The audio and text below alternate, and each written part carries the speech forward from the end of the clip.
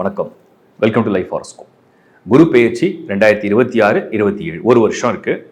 1st of June 2026 குரு பெயர்ச்சி நடக்குது. இண்டிவிஜுவலாக ஒரு ராசிக்கு என்ன பலன் வரப்போகுது அப்படிங்கிறத நான் டீட்டெயிலாக கொடுக்குறேன். இந்த வீடியோட எண்டை தயவு செஞ்சு ஃபுல்லாக பாருங்கள்.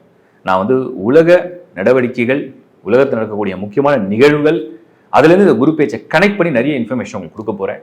அதனால் தயவு செஞ்சு ஃபுல் வீடியோ பாருங்கள்.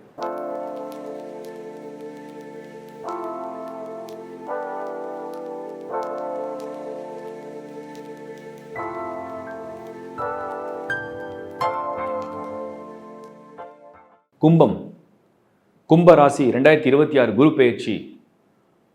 கும்பத்துக்கு கரெக்டாக 6ஆம் இடத்துல குரு. இந்த டிஸ்பிளேல முதல்ல பார்த்துருங்க.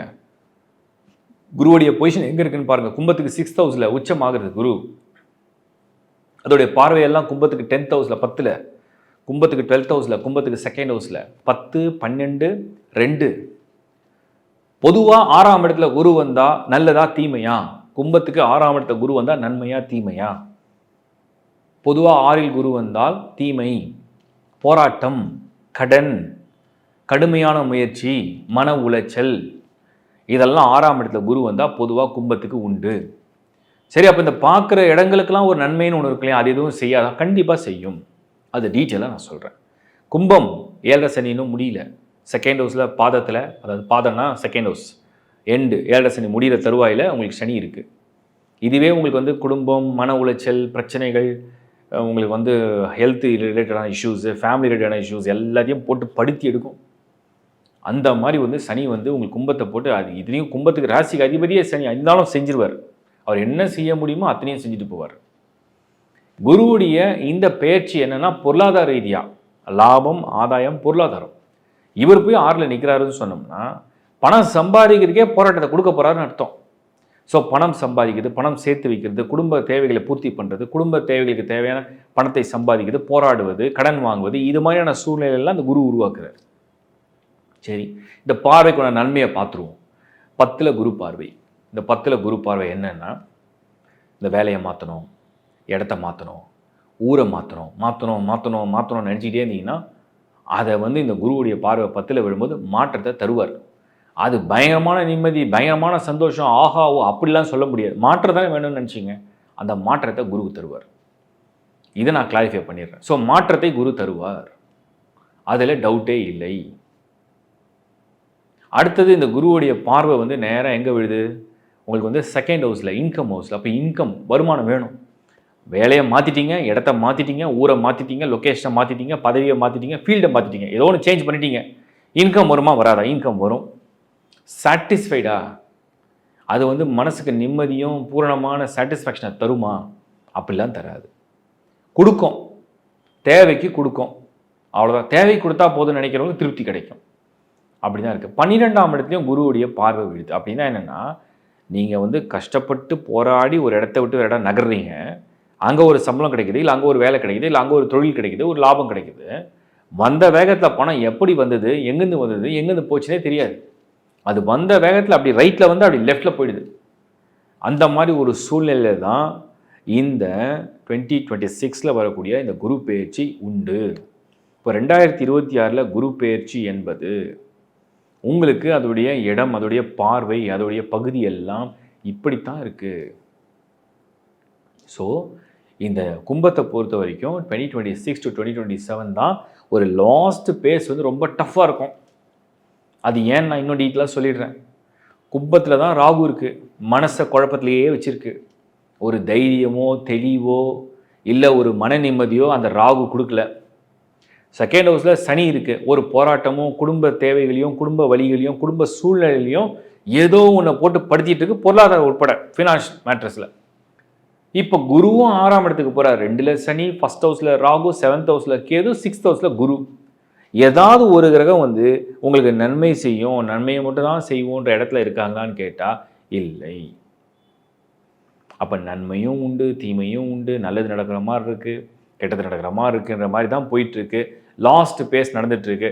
அடுத்த வருஷம் என்ன நடக்கும் அப்படின்னா, குருவும் மாறுவார், சனியும் மாறுவார், ராகுக்கு எதுவும் மாறுவார். கும்பத்துக்கு நல்ல நேரம் நெருங்கிடும். ஆனால் இந்த குரு பெயர்ச்சி தர் வில் பி ஒரு பாசிட்டிவ் விஷயம், that will be a good thing. அதே நேரத்தில் அது அது ஈக்குவலாக குட் அண்ட் பேட் ஈக்குவலாக ரோலை ப்ளே பண்ண போகுது. அப்படி தான் இந்த நேரம் வந்திருக்கு. ஸோ கும்பம் பொறுமை இழக்காமல் இதை நீங்கள் தக்க வைத்து கொண்டால் நல்லதுன்னு நான் சொல்கிறேன். வாழ்த்துக்கள். இப்போ நீங்கள் பார்த்தது ஒரு பொதுவான பலனால கூட நான் டீட்டெயிலாக இப்போ சில எக்ஸ்பிளனேஷன் கொடுக்குறேன். தயவு செஞ்சு கொஞ்சம் கவனித்து பாருங்கள். குரு 1 ஜூன் 2026 2026 முதல் தேதி ஜூன் மாதம் கடகத்துக்கு வரார். மிதுனத்திலேருந்து கடகத்துக்கு வரார். கடகத்துக்கு அங்கேயே இருக்க போகிறது இல்லை. ஒரு வருஷம் குரு எப்பவுமே பயிற்சி நடந்தா இருக்கும். ஸோ 2027 ஜூன் வரைக்கும் இந்த குரு பயிற்சி இருக்கு. அப்படி 2027 வரைக்கும் இருக்கிற இந்த குரு அதே கடகத்தில் அப்படியே ஃபுல்லாக உச்சத்தில் அப்படியே இருப்பாருன்னா இருக்க மாட்டார். அதிசார பயிற்சி அட்வான்ஸ் டிரான்சிட்னு அக்டோபரில் கொஞ்சம் நடக்க போகுது. மறுபடியும் ஜனவரியில் திரும்ப பேக் டு கடகம் வந்துடும். அப்போ அதிசார பயிற்சி சிம்மத்துக்கு போயிட்டு வரும். இந்த கால்குலேஷன்லாம் இருக்குது. அதை நான் அதுக்கப்புறம் ஒரு வீடியோவாக கொடுத்துட்றேன். ஸோ இப்போ முக்கியமாக ஒவ்வொரு ராசிக்கும் எங்கே பார்வை பதிய போகிறார் அப்படின்னு இப்போ இந்த இமேஜை பாருங்கள். குரு கடகத்தில் இருக்காரா, உச்சத்தில் இருக்கார். ஸோ கடகன்றது உங்களுக்கு எங்கே இருக்குன்னு தெரியும். இப்போ இந்த இமேஜை பார்த்தா தெரிஞ்சிடும். உச்சத்தில் இருக்கார். அவரோட பார்வை எங்கே விழுது? கரெக்டாக ஃபர்ஸ்ட் நேரடியாக பார்வை மகரம். அவரோட 5வது பார்வை விருச்சிகத்தில் விழுது பாருங்க. அவருடைய 9வது பார்வை கரெக்டாக மீனத்தில் விழுது. ஸோ விருச்சிக ராசி, மகரம் அண்ட் மீனம் 3 ராசியை இந்த குரு பார்க்குறாரு. இப்போ கிளியராக புரிஞ்சுதா உங்களுக்கு? குரு பார்வை எங்கே இருக்கு தெரிஞ்சிட்டீங்க. அடுத்தது இந்த குரு இது ஒரு இண்டிவிஜுவல் ராசிக்கு தான் இப்போ நான் பலன்களை சொல்லியிருக்கேன். உலகளாவிய மாற்றங்களுக்கு பொதுவாக இந்த குரு பேச்சு நன்மையா தீமையா அப்படின்னு நிறைய பேர் என்கிட்ட கேட்ட கேள்விக்கு நான் கொடுக்குற பதிலை புரிஞ்சுங்க. இண்டிவிஜுவலாக உங்கள் ராசிக்கு நேரம் நல்லா இருக்குது, தசா புத்தி நல்லா இருக்குது, உங்களுக்கு பர்த் சார்ட்டில் குரு நல்லா இருக்காரு, யோகக்காரனாக இருக்காரு, குரு தசை நடக்குது, குரு புத்தி நடக்குதுன்னா இதோடைய பர்சன்டேஜ் அப்படியே ஆட் ஆகிட்டே வந்துடும். சப்போஸ் குரு தசை இல்லை, குரு புக்தி இல்லை, இண்டிவிஜுவலாக ஹாரோஸ்கோப்லையும் குரு ஃபேவராக இல்லை, குருவே கெட்டு போயிருக்கு சார்ட்லன்னா அதோட பர்சன்டேஜ் குறைஞ்சி கொடுக்கும். அவ்வளோதான் வித்தியாசம். இதை முதல்ல தெளிவுபடுத்திடுறேன். அடுத்தது உலக நிகழ்வுகள் என்ன நடக்க போகுது அப்படின்னு பார்த்தீங்கன்னா, குளோபலா குரு கடகத்துக்கு வரார், நல்ல விஷயம் தான். உச்சமாகிறார், ஃபுல் பவரோட வரார், நல்ல விஷயம். சனியை பார்க்குறார், சனியை சாந்தப்படுறார், நல்ல விஷயம் தான், இல்லைன்னு சொல்ல. ஆனால் இந்த குரு கேதுவை நெருங்கி இருப்பார். கேது ஆன்டி கிளாக் வைஸ், குரு கிளாக் வைஸ். ஸோ கேதுவை நெருங்கி இருப்பார். குரு கேதுவை நெருங்கும் போது உலக ரீதியாக பொருளாதார பிரச்சனைகள், recession period, banking sectors, finance, economy இது எல்லாமே கொஞ்சம் பாதிக்கிற மாதிரி ஒரு சூழ்நிலையை உருவாக்கும். இதில் பர்டிகுலராக அக்டோபர் மாதத்தில் இந்த குரு கேதுவோட இணையும் பொழுது, குரு சிம்மத்தில் கேதுவோட இணையும் பொழுது பொருளாதார ரீதியாக ஏகப்பட்ட மாற்றங்கள், உலகளாவிய மாற்றங்களை கொண்டு வரும். அப்போ ஒரு அப்ஸ் அண்ட் டவுன்ஸ் தான் இருக்கு.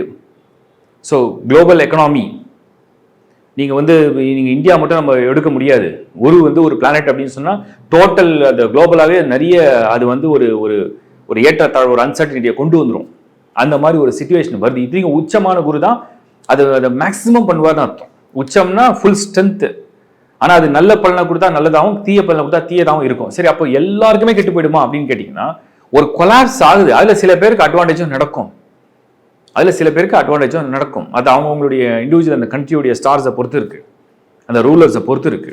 இப்போ நம்ம நாடை பொறுத்த வரைக்கும் இந்த குருவுடைய இந்த பெயர்ச்சி அப்படிங்கிறது ஏதாவது ஒரு பாதிப்புகளை கொடுக்குமான்னு பார்த்தா கண்டிப்பாக பாதிப்புகளை கொடுக்குற மாதிரி ஒரு சூழ்நிலையை உருவாக்குது. அதுக்கு காரணம் குருவுடைய அடுத்த வீட்டில் அந்த கேது இருக்கு, அதுவும் சிம்மம்ல இருக்கு, குரு கடகத்தில் வந்திருக்கார். அப்போ நம்ம நாட்டில் குறிப்பாக இந்தியாவில் இது சின்ன சின்ன பாதிப்புகளை கொண்டு வரப்போகுது. ஸோ நான் இதை நீங்கள் கனெக்ட் பண்ணிக்கிங்க, உங்கள் ராசியோட கனெக்ட் பண்ணிக்கிங்க. பர்த் சார்ட்டில் குரு எப்படி இருக்கார், உங்களுக்கு என்ன ராசி, என்ன லக்னம், என்ன தசா, என்ன புக்தி, அதுக்கப்புறம் நீங்கள் என்ன மாதிரியான ஃபீல்டை ரிலேட் பண்ணியிருக்கீங்க. ஸோ நான் சொன்ன மாதிரி பேங்கிங், ஏன்னா குரு உங்களுக்கு பொருளாதாரத்துக்கு மெயின் பிளானட்டே அவர் தான். ஃபைனான்ஸ், பொருளாதாரம், ஃபைனான்ஸ் எல்லாம் மெயின் பிளானட் அவர் தான். ஒரு பேங்க் கடன் கொடுத்தா தான் ஒருத்தரால் ஒரு பொருளை வாங்க முடியும், ஒரு வளர்ச்சி அடைய முடியும், அப்புறம் இஎம்ஐ பே பண்ண முடியும், அப்புறம் இன்னும் முன்னேற முடியும். உலகமே ஒரு நாடுகிட்ட கடன் வாங்கிட்டே தான் இருக்கும். ட்ரெஷரி பாண்ட் கொடுக்குது, அப்புறம் கடன் வாங்குது, வேற ஒரு இடத்துல ஒரு கடன் வாங்குறோம். மில்லியன்ஸ் ஆஃப் மணி நம்ம பேங்க்ல கடன் வாங்குறோம், வேர்ல்டு பேங்க்ல வாங்குறோம், எல்லா இடத்துலையும் கடன் வாங்குற சூழ்நிலை உருவாக்குது. ஸோ கடன் வாங்கினா தான் நம்மளால வாழ்க்கையை நடத்த முடியுன்ற சூழ்நிலை இருக்கு. அதுக்கு அதிபதியே இந்த குரு தான். பொருளாதாரம், உலக பொருளாதாரம். ஸோ இது எல்லாம் அவரை பேஸ் பண்ணி தான் இருக்கு. அது கொஞ்சம் இந்த வருஷம் 2026-27 சரியான பொசிஷன்ல இல்லை. இதுல என்னன்னா இன்னொரு விஷயம் கேதுவுடைய டிரான்சிட் இந்த வருஷம் எண்டில் நடக்கும். அப்போ மறுபடியும் குருவுடைய அது சேர்ந்து நிற்கும். இந்த மாதிரி இருக்கு. ஸோ நெக்ஸ்ட் 2026 ஜூன்லேருந்து 2027 ஜூன் வரைக்கும் இந்த சிச்சுவேஷன் இருக்குது. நான் இதை வந்து முன்கூட்டியே உங்களுக்கு தகவல் கொடுக்குறேன். இது மாதிரி தான் நான் நிறைய தகவல்களை சனி பயிற்சி அப்போ கொடுத்தேன். சனி வந்து 2025 மார்ச் மாதம் பயிற்சி அடையும் போதும் நான் வந்து சொல்றேன், உலக அளவில் பார்க்கும்போது நீர்நிலை, கடல் சம்மந்தப்பட்டது, ஆயில் சம்மந்தப்பட்டது பிரச்சனை வரும். அது இப்போ வெடிச்சுது. 2026 ஜனவரிலையும் நான் பிப்ரவரி மாத ராசி பலனையும் கிளீனாக கொடுத்தேன். டிராவல் பிளான் பண்ணுறவங்க ஜாக்கிரதை. அதுவும் மிடில் ஈஸ்ட்டை பற்றி நான் மென்ஷன் பண்ணியிருக்கேன். அவங்க வந்து அந்த சோல்ஜர்ஸை பற்றி, போர் பற்றி கொஞ்சம் நான் இண்டிகேஷன்லாம் கொடுத்துருக்கேன். நான் நிறைய ஓப்பனாக பேசுறதில்லை. இனிமேல் அது வந்து எல்லாரும் கேட்க ஆரம்பிச்சிட்டீங்க. ஸோ நான் என்ன பண்ண போகிறேன்னா, ஒவ்வொரு மாதமும் 50 days ஒன்ஸ் வந்து இதை பற்றி நான் சில வீடியோஸ் நான் ஷேர் பண்ணுறேன். உலகளாவிய அந்த நிகழ்வுகள்லாம் என்ன நடக்க போகுது அப்படிங்கிறத நான் ஃபோர்காஸ்ட் பண்ணி உங்களுக்கு ப்ரிடிக்ஷன் கொடுக்குறேன். ஸோ இது வந்து யாரையும் பயம்புறதுக்காக கிடையாது. இது வந்து எங்களை பற்றின பெருமையை சொல்கிறதுக்காக கிடையாது. ஏதாவது வகையில் அது வந்து உங்களுக்கு வந்து ஆலோசனை வந்து உங்களுக்கு பயன்படும், நீங்கள் ஏதாவது திட்டமிட முடியும் அப்படிங்கிறதுக்காக தான் இந்த கருத்தை நான் வந்து உங்களுக்கு சொல்கிறேன்.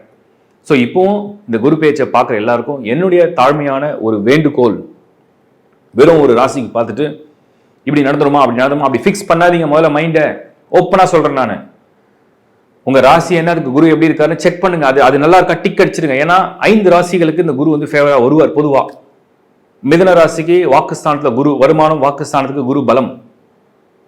கன்னி ராசிக்கு லாபஸ்தானத்தில் குரு பலம். ஸோ கன்னிக்கு 11ஆம் இடத்துல குரு வெற்றி, ஆதாயம், லாபம், வாக்குஸ்தானம், ஆதாயம், வெற்றி, லாபம் இதெல்லாம் கொடுக்கக்கூடிய இடத்துல குரு. அதுக்கு அடுத்தது வந்து பார்த்தீங்கன்னா விருச்சிகத்தில் குருவுடைய பார்வை.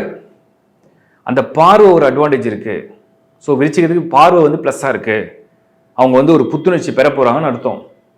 மகரத்துக்கு வந்து பாசிட்டிவ் ஆக்டிவேஷன். ஆல்ரெடி சனி 7 சனி முடிஞ்சிருக்கு. ஸோ குரு நேரடியான பார்வை வந்து ஒரு பாசிட்டிவ் ஆக்டிவேஷன். மீனம் 7 சனியில சனி ஜென்மத்தில் உட்காந்து படாத பாடுபடுத்த இந்த சூழ்நிலையில் குருவுடைய பார்வை அவங்களுக்கு ஒரு ஆறுதலாகவும் துணையாகவும் உதவியாகவும் அவங்களை வழி நடத்துது.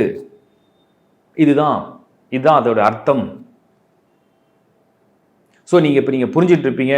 மகரம், விருச்சிகம், மீனம், மிதுனம் அண்ட் கன்னி இதுக்கெல்லாம் ஆதாயமான காலங்களாக இருக்கு. இதை பற்றின இன்னும் நிறைய டீட்டெயிலான வீடியோ தனித்தனியாக ஒரு டைட்டிலில் கொடுக்குறேன். ஃபுல்லாக பாருங்கள், புரிஞ்சுங்க. உங்கள் நண்பரோட உறவோட தயவுசெய்து ஷேர் பண்ணுங்கள். சப்ஸ்கிரைப் பண்ணி உங்கள் மேலான ஆதரவு கொடுங்க. ஏன்னா நீங்கள் சப்ஸ்கிரைப் பண்ணும்போது எங்களுக்கு அது இன்னொரு பெரிய பூஸ்ட். அதுக்கப்புறம் கமெண்ட்ஸ் வந்து நான் ரிப்ளை கொடுக்க ஆரம்பிச்சிருக்கேன். முன்னாடியும் கொடுத்துருக்கேன். இப்போ நான் மறுபடியும் அந்த ரிப்ளை கொடுக்குறேன். உங்களுக்கு வந்து கமெண்ட்ஸ் வந்து ஃபஸ்ட்டு 2 to 3 days. ஏன்னா அடுத்தடுத்த வீடியோ அப்லோட் ஆகும்போது அதுக்கு நான் கமெண்ட்ஸுக்கு ரிப்ளை கொடுக்க போகிறேன். அதனால் நீங்கள் கமெண்ட்ஸ் வந்து யாருக்காவது டவுட்னா உங்கள் ஃபுல் தகவலை எழுதாதீங்க. ஷார்ட் அண்ட் ஸ்வீட்டாக என்னன்றதை டவுட்டை கேட்டுருங்க. நான் ரிப்ளை கொடுக்குறேன், பாருங்கள். தேங்க்யூ. தேங்க்ஸ் ஃபார் வாட்சிங் life horoscope. Is bye from Shankar Narayan. வணக்கம்.